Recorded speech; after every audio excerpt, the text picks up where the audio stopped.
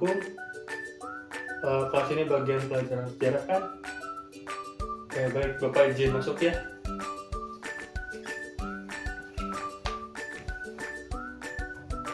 Oke, Bismillahirrahmanirrahim.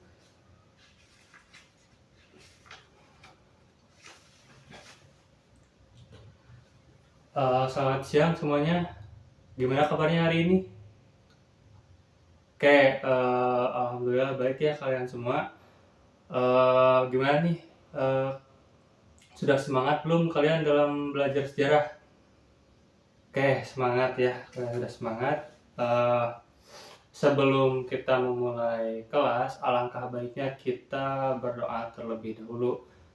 Silakan kepada ketua muridnya untuk memimpin doa sesuai dengan kepercayaannya masing-masing. Oke, baik. Terima kasih kepada ketua murid yang telah memimpin sesi berdoanya.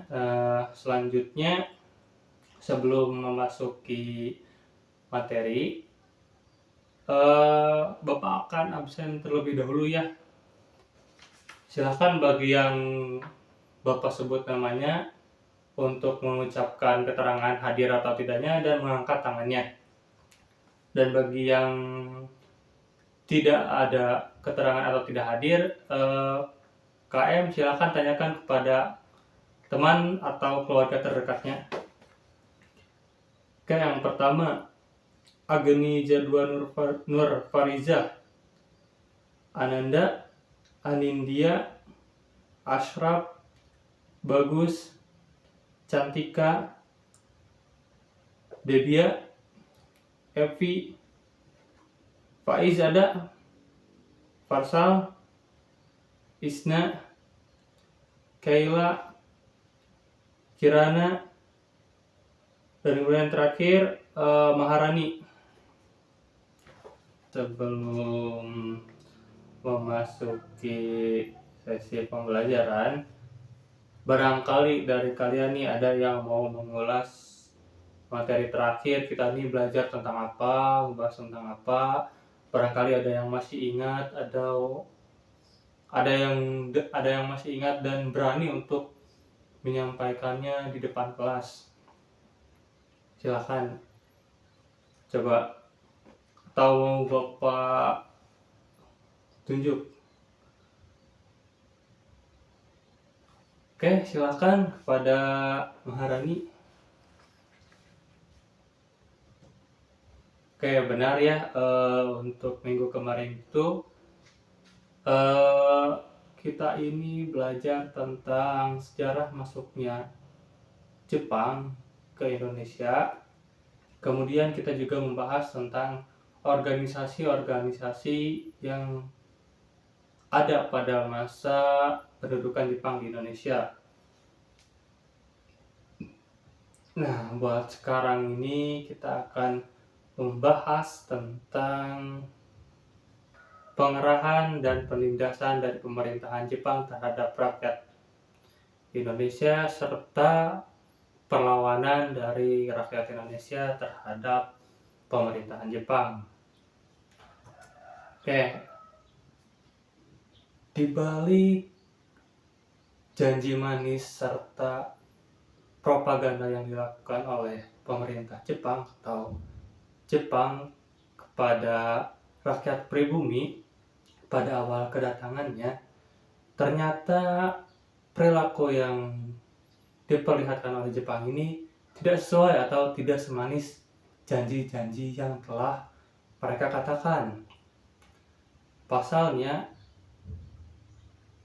berbanding terbalik dengan janji-janji yang telah mereka janjikan kepada rakyat pribumi, para tentara Jepang ini atau para pasukan Jepang ini malah memonopoli sumber daya alam yang ada di Indonesia, menguras aset kekayaan yang dimiliki oleh bangsa Indonesia.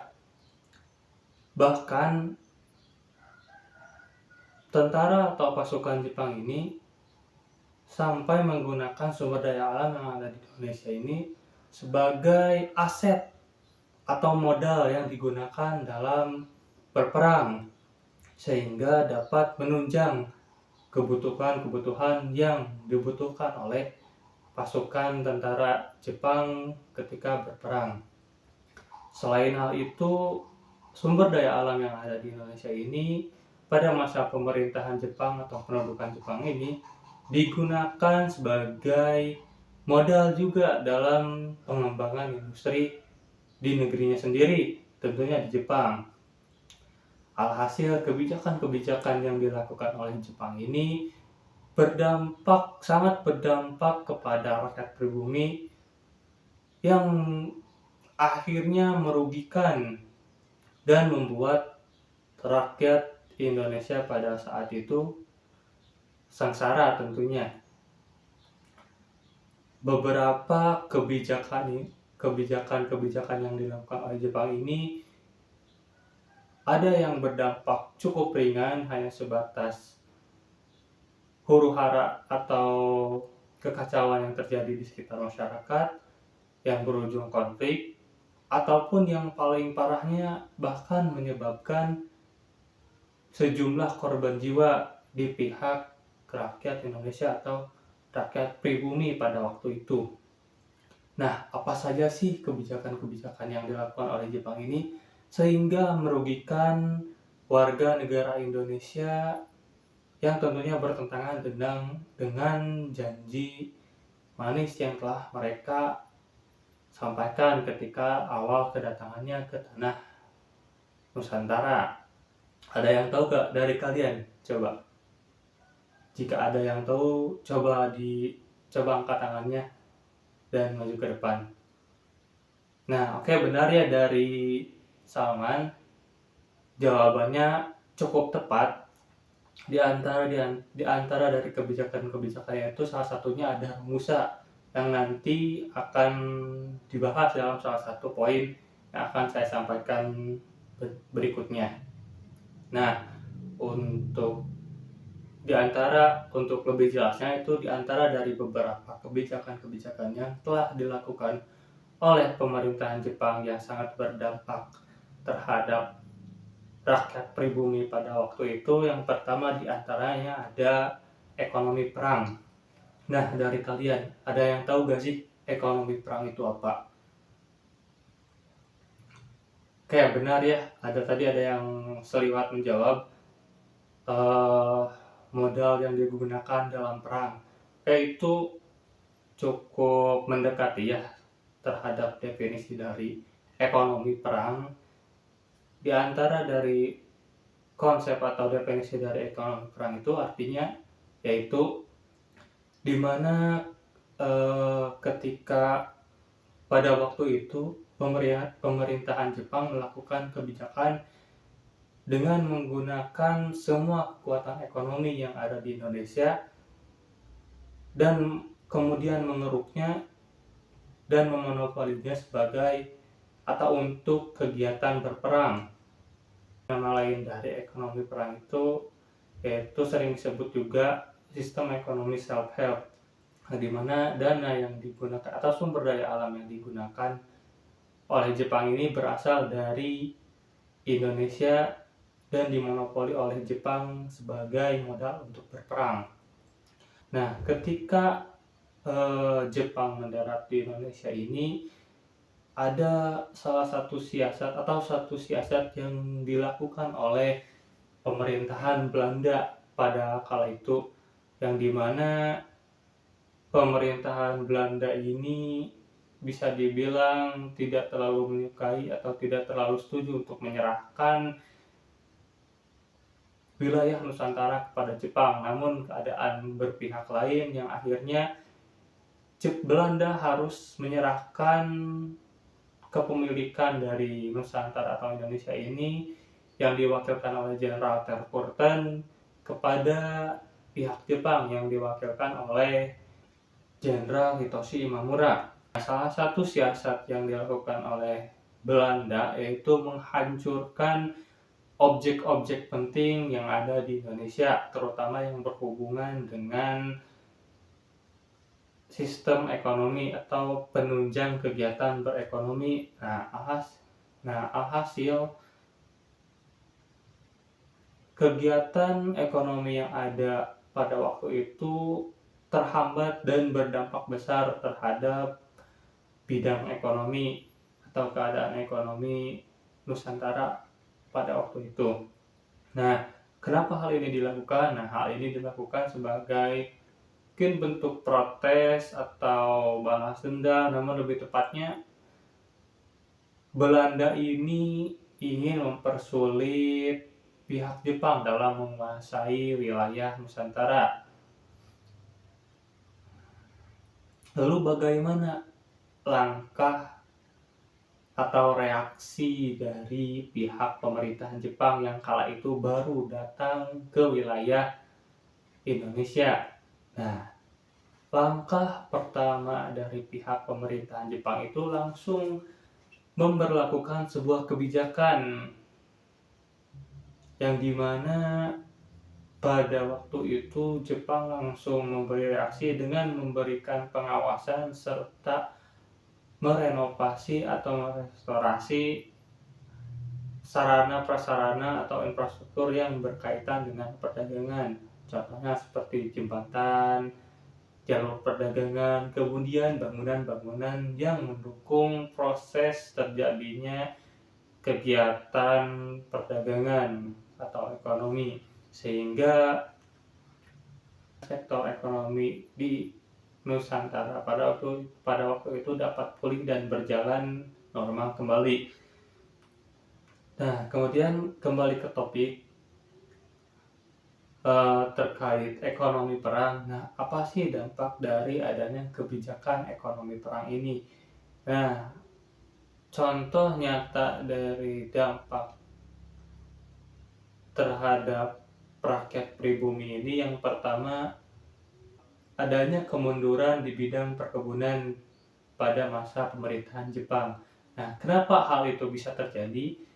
Karena pada waktu itu bisa dibilang Jepang mengakhiri kerjasama dengan bangsa-bangsa Barat, bangsa-bangsa dari benua Eropa, negara-negara yang ada di Eropa, terkait kerjasama perdagangan dalam hasil kebun, seperti hasil kopi, tembakau, atau yang lainnya.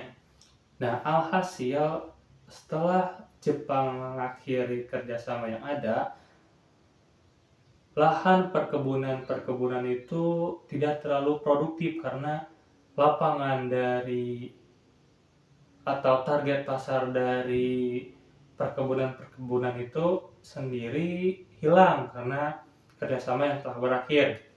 Nah, kemudian Jepang secara paksa mengalihkan lahan yang tadinya perkebunan menjadi pertanian. Nah, dengan adanya sektor pertanian ini, Jepang mengembangkan lahan dan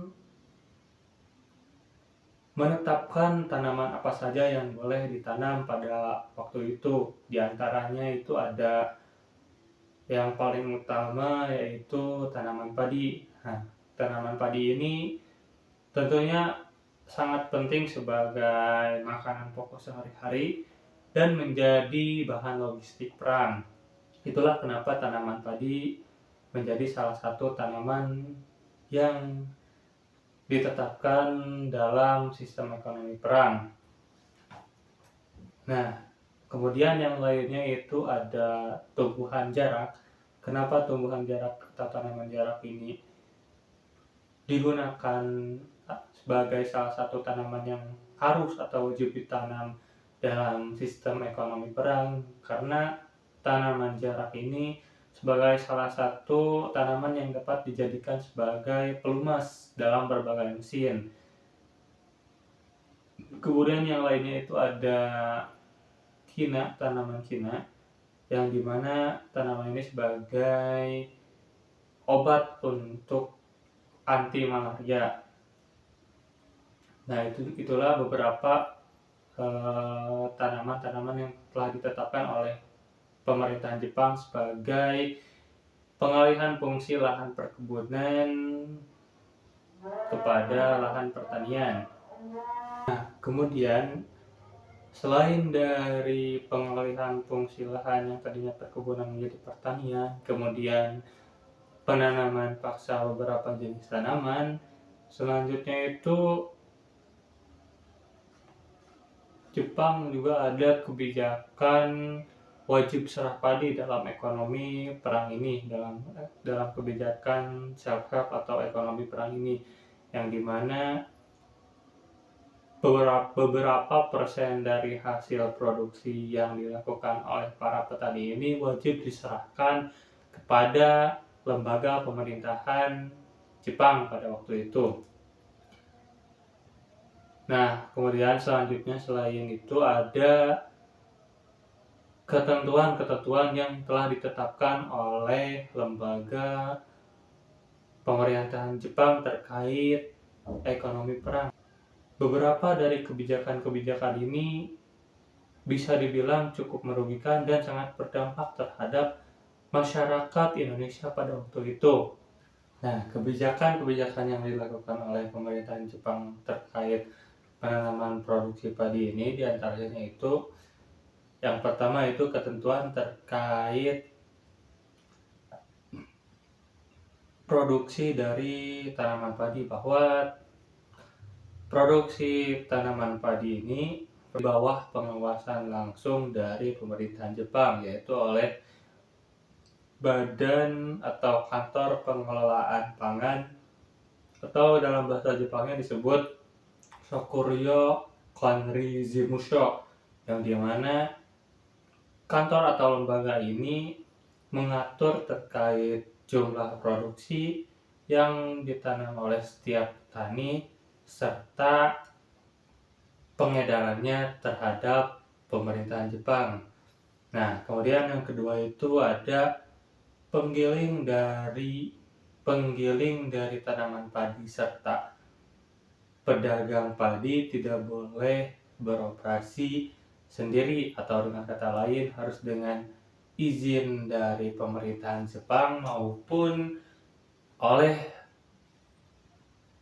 pihak pemerintahan Jepang itu sendiri, yang dimana hal ini tentunya cukup meresahkan dan membatasi para petani yang telah menanam atau yang telah memproduksi padi itu sendiri, karena baik itu penggilingan maupun perdagangan itu dimonopoli secara langsung oleh pemerintahan Jepang, sehingga dapat dikatakan untung yang didapatkan oleh para petani itu hanya sedikit. Nah, kemudian yang ketiga itu penjualan dari hasil produksi tanaman padi ini hanya boleh dijual kepada pemerintahan Jepang dengan ketentuan yang telah ditetapkan atau kuota yang telah ditetapkan, serta dengan harga yang telah ditetapkan juga oleh pemerintahan Jepang tentunya. Hasil dari jumlah total produksi tanaman padi ini 40% hanya dimiliki oleh para petani secara bersihnya, hanya 40%. Lalu kemana 60%-nya lagi? Nah, ya 60%-nya itu terbagi kepada dua.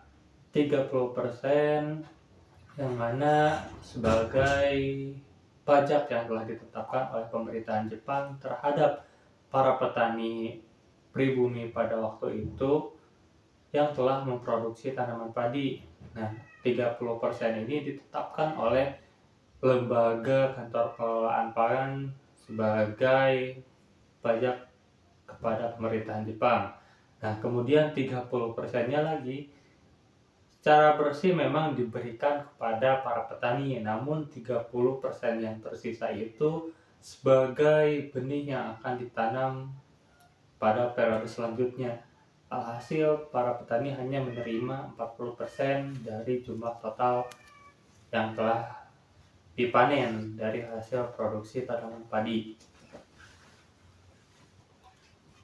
Nah, kemudian Yang kedua itu ada pengendalian di bidang pendidikan serta kebudayaan. Setelah tadi di bidang ekonomi terkait ekonomi perang, nah sekarang di bidang pendidikan dan kebudayaan yang dimana pemerintahan Jepang ini mengeluarkan kebijakan yang cukup membatasi seluruh pergerakan yang dimiliki oleh para rakyat pribumi ini. Yang pertama, di bidang pendidikan ini Jepang membatasi seluruh kegiatan pendidikan atau segala aspek kegiatan pendidikan. Bahkan jumlah setiap lembaga di dalam sebuah jenjang dari SD, kemudian menengah dan menengah atas itu dikurangi secara signifikan. Contohnya dalam beberapa buku yang saya baca itu ada yang menyebutkan bahwa jumlah sekolah dasar itu yang tadinya sekitar 21.000 atau sekitar 20.000 itu berkurang menjadi 13.000.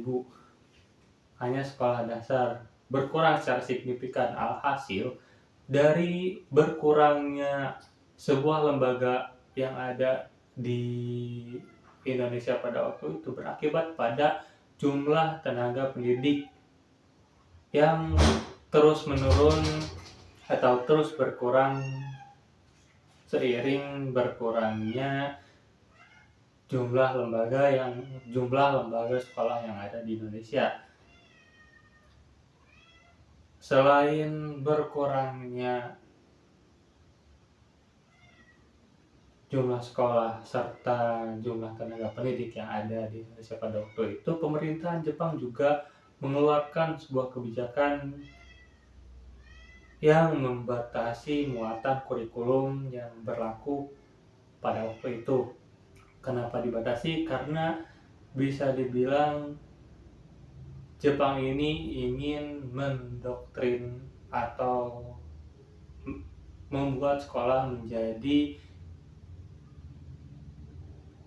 alat pengembangan pelajar yang mengikuti atau mencintai atau ke Jepang-Jepangan lah, dengan kata lain mendoktrin para pelajar untuk tidak dapat memiliki pemikiran untuk melawan pemerintah Jepang pada waktu itu.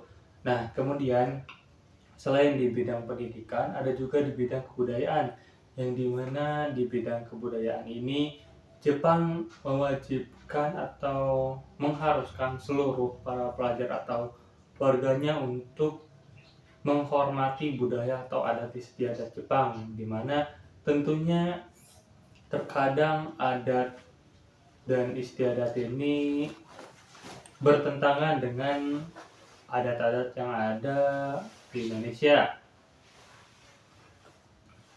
Salah satu atau di antara adat-adat atau kebudayaan yang harus dihormati oleh para penduduk atau rakyat pribumi di Indonesia pada waktu itu, yang pertama itu ada kegiatan kerja bakti atau dalam bahasa Jepangnya disebut kinrohoshi, yang dimana para pelajar ini diwajibkan untuk melakukan kerja bakti terhadap pemerintahan Jepang. Kemudian yang kedua itu ada memupuk atau menjalankan semangat Jepang, yaitu Nippon Seishin. Kemudian yang ketiga itu ada menyanyikan lagu Kimigayo, serta yang terakhir ada melakukan sikap atau gerak tubuh yaitu Saikere, yang dimana Saikere ini adalah salah satu cara hormat di Jepang. Atau beberapa ada yang bertentangan dengan norma-norma sosial atau norma-norma kebudayaan yang ada di Indonesia. Salah satu contohnya tentunya ada yang bersinggungan dengan norma-norma agama yang dianut oleh para penduduk di Indonesia, sehingga beberapa ada yang memiliki pertentangan atau ketidaksukaan dengan kebijakan Jepang terhadap bidang budaya, yang terkesan memaksakan kebudayaannya terhadap para rakyat pribumi atau warga Indonesia pada waktu tersebut.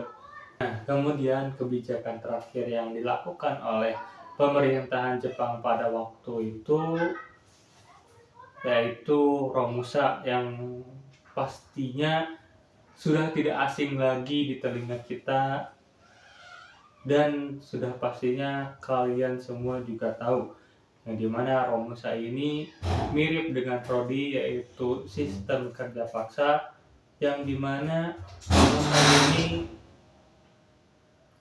adalah kebijakan Jepang dalam mengarahkan tenaga kerja yang ada di Indonesia untuk menopang kegiatan-kegiatan yang dilakukan oleh Jepang.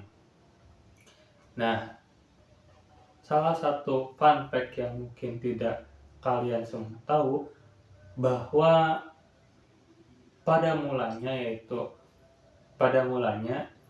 kebijakan Romusa itu bersifat sementara dan sukarela, yang dimana kegiatan Romusa ini hanya berlangsung selama beberapa hari dalam seminggu, yang dilakukan oleh setiap warga di Indonesia pada waktu itu, terutama di Jawa. Nah, namun kenapa hal itu bisa menjadi sebuah paksaan atau kewajiban yang harus dilakukan oleh setiap warga di Indonesia? Itu terjadi karena pada waktu tersebut, sekitar tahun 43, kegiatan perang yang dilakukan oleh Jepang itu sudah mencapai suatu keadaan yang cukup intens, atau sudah mencapai puncaknya, yang dimana Jepang ini memerlukan sebuah tenaga kerja yang dapat dilakukan secara gratis dan dapat didapat dengan cepat atau efisien. Nah, hasil kebijakan dari Romusa ini yang tadinya secara sukarela dan sementara menjadi wajib dilakukan oleh atau harus dilakukan oleh para penduduk atau rakyat pribumi.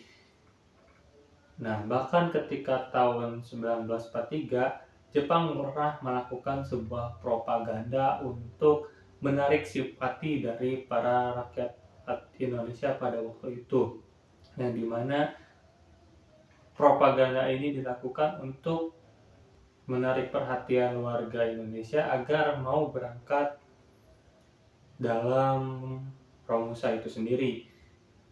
Nah, cara yang digunakan oleh pemerintahan Jepang dalam propaganda tersebut yaitu memberi julukan pejuang ekonomi atau pahlawan pekerja kepada warga negara Indonesia atau penduduk pribumi pada waktu itu yang bersedia untuk mengikuti Romusa. Nah, mungkin penyampaian karena sesi pembelajaran materi sudah selesai.